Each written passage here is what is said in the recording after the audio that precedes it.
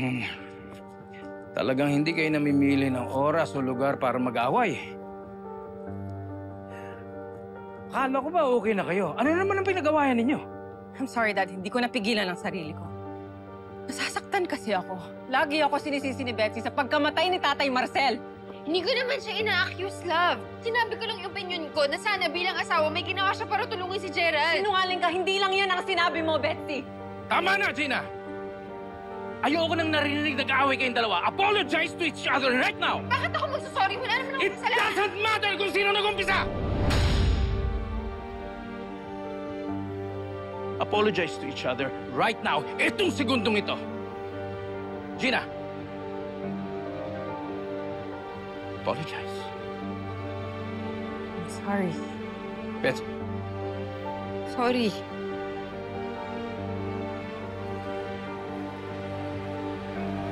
Ayoko na sanang makarinig ng away sa inyong dalawa. Huwag na sana kayo magbabanggaan ulit. Ito na yung huling beses ko kayo marinig mag-away.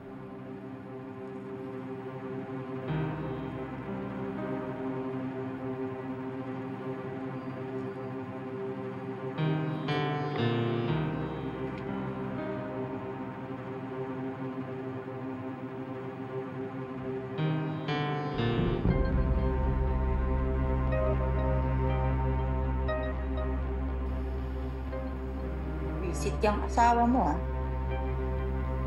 Ayoko nung pinipilit ka niya mag-sorry. Magsusorry ka sa Gina. Anak. Anak. Huwag kang magpapatalo. Relax ka lang, Nay. Hindi ako magpapatalo. Sa katunayan, may next move na akong niluluto laban sa kanya. Sisiguraduhin ko na she will feel sorry dahil kinalaban niya ako.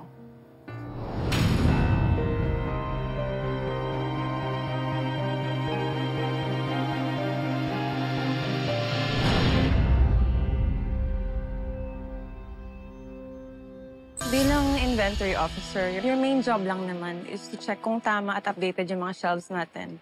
And when a delivery comes, I just wanted to check kung maayos at kumpleto yung mga items. After that, you just have to encode it in our system. Ay, tatandaan ko po yan lahat, ma'am. Nakakahiya naman po. Eh, kayo yung may-ari, tapos kayo pa yung nag-o-orient sa akin. Gusto ko kasi iparamdam sa mga bagong hires namin kung gaano kayo kahalaga sa amin.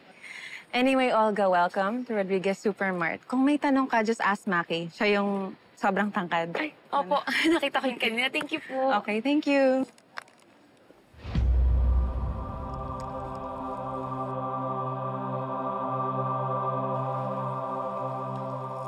So, kumusta ang orientation mo? Ano mga tinanong sa'yo ni Gina? Inalam lang niya yung work history ko. Tinanong niya kung may kamag-anak or kakilala ako na nagtatrabaho dito. Eh, sabi ko, wala. Buti naman. Hindi dapat mahalata ang malaman ni Gina. May usapan tayo. Uy, bilisan mo, nakakahiyak. Tagal na pa ata siya nandyan. Pasensya na. Girl! Sorry, just ko late na kami. Ang traffic kasi, hello. Hi. Hi, Betsy. Ikaw si Olga? Oo, fresh from Davao yan. At ang tawag mo sa akin, Miss Betsy. Hindi tayo close. Naghahanap ka daw ng trabaho? Opo, Miss Betsy. Gusto ko mag-apply ka sa supermarket namin. Pero dapat walang makalam na magkakilala tayo. Dodoblein ko agad ang sweldo mo. Basta, gagawin mo lahat ng sasabihin ko. Naiintindihan mo? Oo, opo, Miss Betsy. Sige po, kering-keri ko po yan. Oo, ano? Sabi ko sa'yo, magaling yan eh.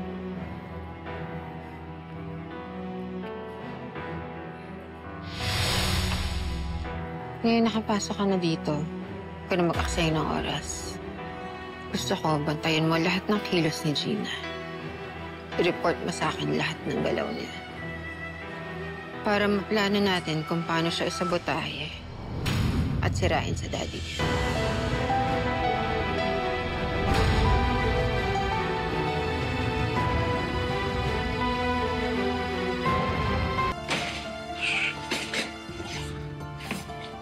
Gerald, okay ka lang ba? Sinaktan ka ba ng mayabang na customer na yon? Nagtimpi naman ako sa kanya eh. Pero prinubok niya ako, kaya ako napikon sa kanya. Alam ko naman na hindi mo tipong magsimula ng away. Nakakalungkot lang na hindi yun ang iniisip ng asawa mo.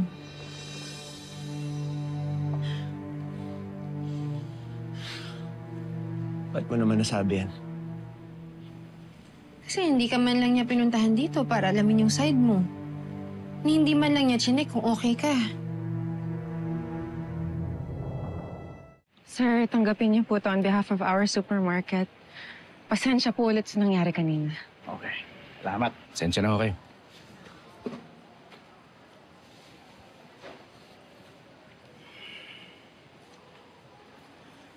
Hindi ko gusto yung ginawa ng asawa mo kanina.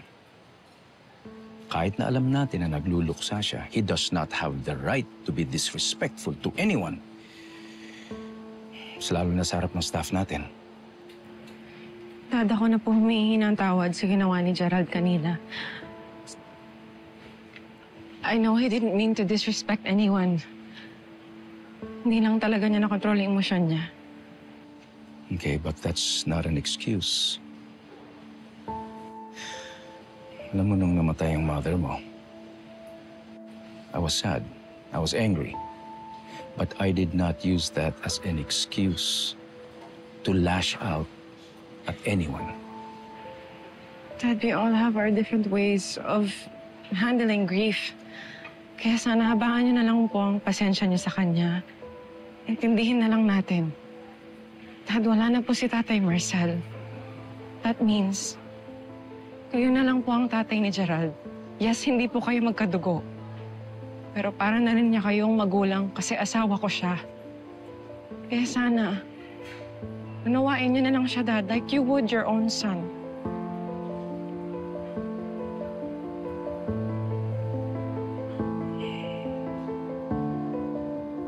Huwag mo nasasabi yung mga bagay na yan sa akin, Betsy. Sinisiraan mo lang ba yung asawa ko sa akin? Aaminin ko, wala na akong amor sa ex-FF ko.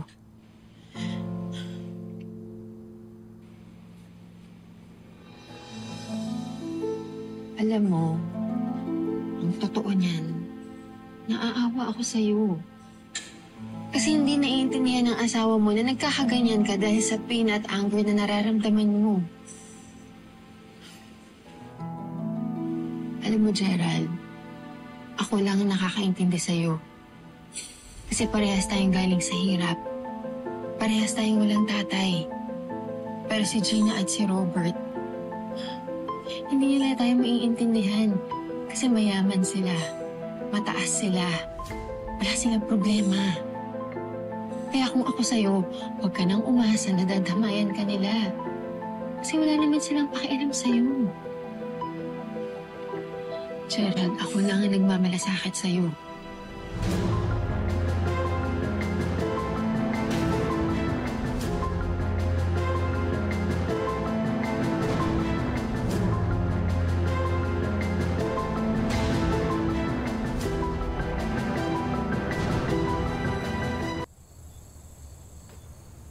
Dad, I'd like to apologize on behalf of my husband.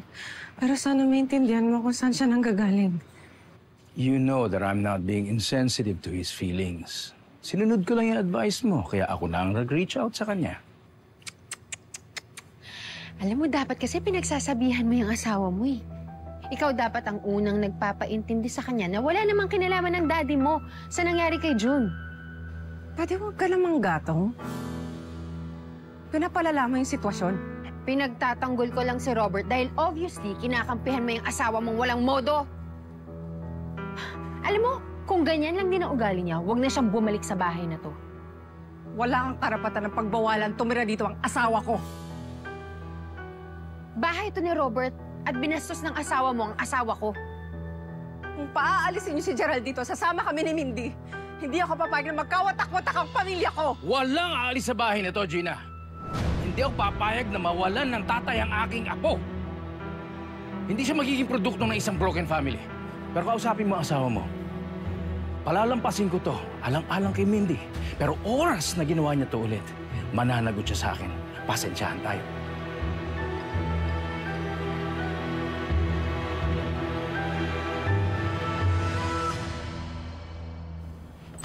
Excuse me po, ma'am. Olga, come in. May papapirmahan lang po ako. Okay lang. Yes, ma'am. Thank you po.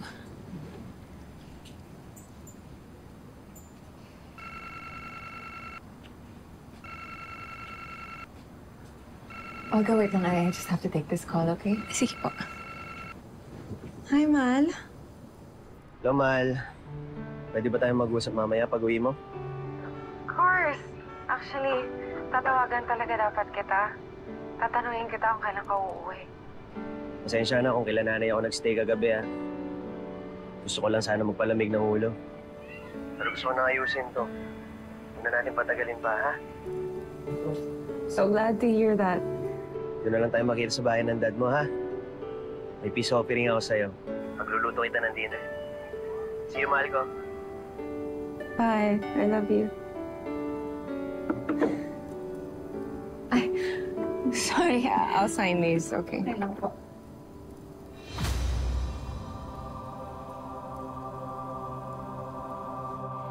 Baka may makakita sa atin. Hindi na, pinag-break ko na sila. O, ano nasagap na? Mukhang makikipagbati na si Sir Gerald kay Ma'am Gina. Narinig ko makausap sila kanina. Mukhang may hinanda pa nga tong si Sir Gerald para sa kanilang dalawa mamayang gabi. Visit naman, nag-i-enjoy pa akong makita si Gina ang nagsasabi. Mas makikipagbati naman to si Gerald. Kailangan ma-elbow natin yung plano nila. Eh, anong balak niyo, Miss Betsy? Gumawa ka ng paraan para mapilitan si Gina mag-overtime. Para hindi siya agad makauwi ng bahay. Para maisip ni Gerald na baliwala lahat ng efforts niya. Yun lang po ba? Carry ko na yun. Ako nang bahala.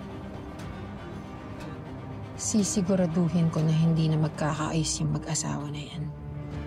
Para patuloy ng problemado si Gina at mapabayaan yung trabaho niya. Hanggang sa aagawin ko na ng tuluyan yung posisyon niya dito sa supermarket.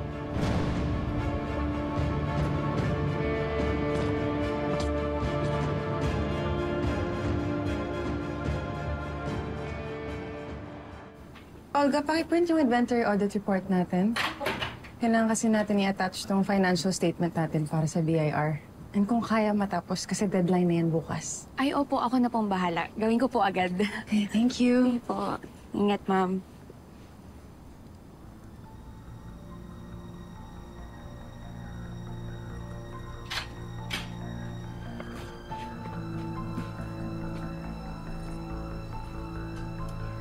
Sorry na lang, Miss Gina. Pero na kay Miss Betsy talaga yung loyalty ko eh. Kaya ngayon, ako muna si Dr. Olga.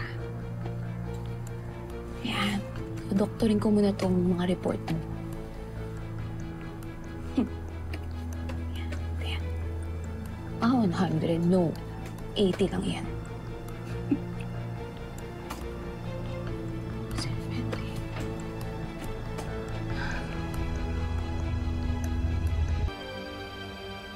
Betsy, Alam ka naman hindi ako yung ina-expect mo makita, kaya gulat na gulat ka. sabi ni Ate Joan, mamaya pa daw kayo uwi ni Dad, ha? May dinner daw kayo sa labas? Nagda-dine out nga sana kami. Kaso ito si Robert, biglang may emergency dinner meeting. Kainis, diba? Uy, ang ganda naman ito. Hindi ko alam na may pa-event ka pala. Nasaan yung ka-date mo? Tataka nga ako, wala pa eh. Nag-promise naman siya na darating siya ng maaga. Alam mo, Gerald, real talk lang ah. Pero sa tingin ko, hindi naman interesado si Gina na makipag-ayos sa'yo eh. Alam mo yung asawa mo, daddy's girl yun. Sa tingin ko, mas kinakampihan niya yung daddy niya sa naging away niyo. Kaya nga sana gusto ko magkausap kami para maayos namin yung problema. Alam mo, ikaw ang bahala. Pero kung ako sa'yo, huwag ka na umasa. Kasi tanggapin mo man or hindi, mas importante kay Gina yung trabaho niya at yung daddy niya kaysa sa'yo.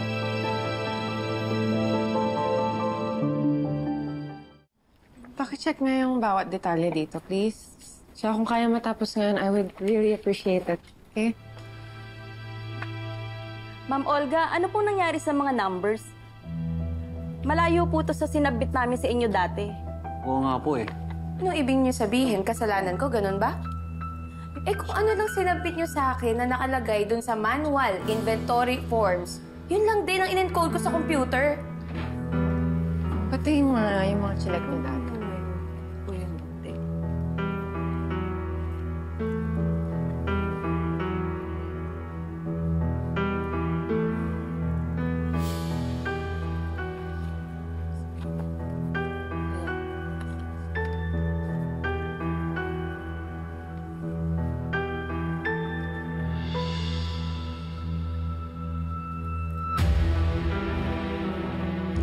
Alam mo, ang ganda ng bulaklak nito. Sayang.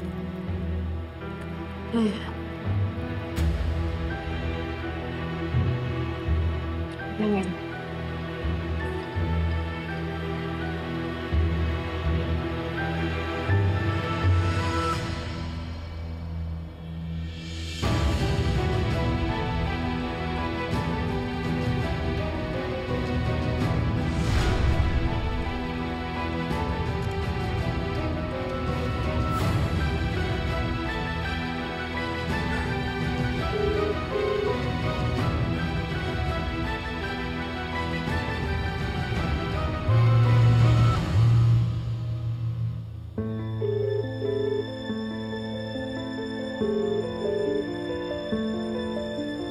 Mahal, sumagot ka naman.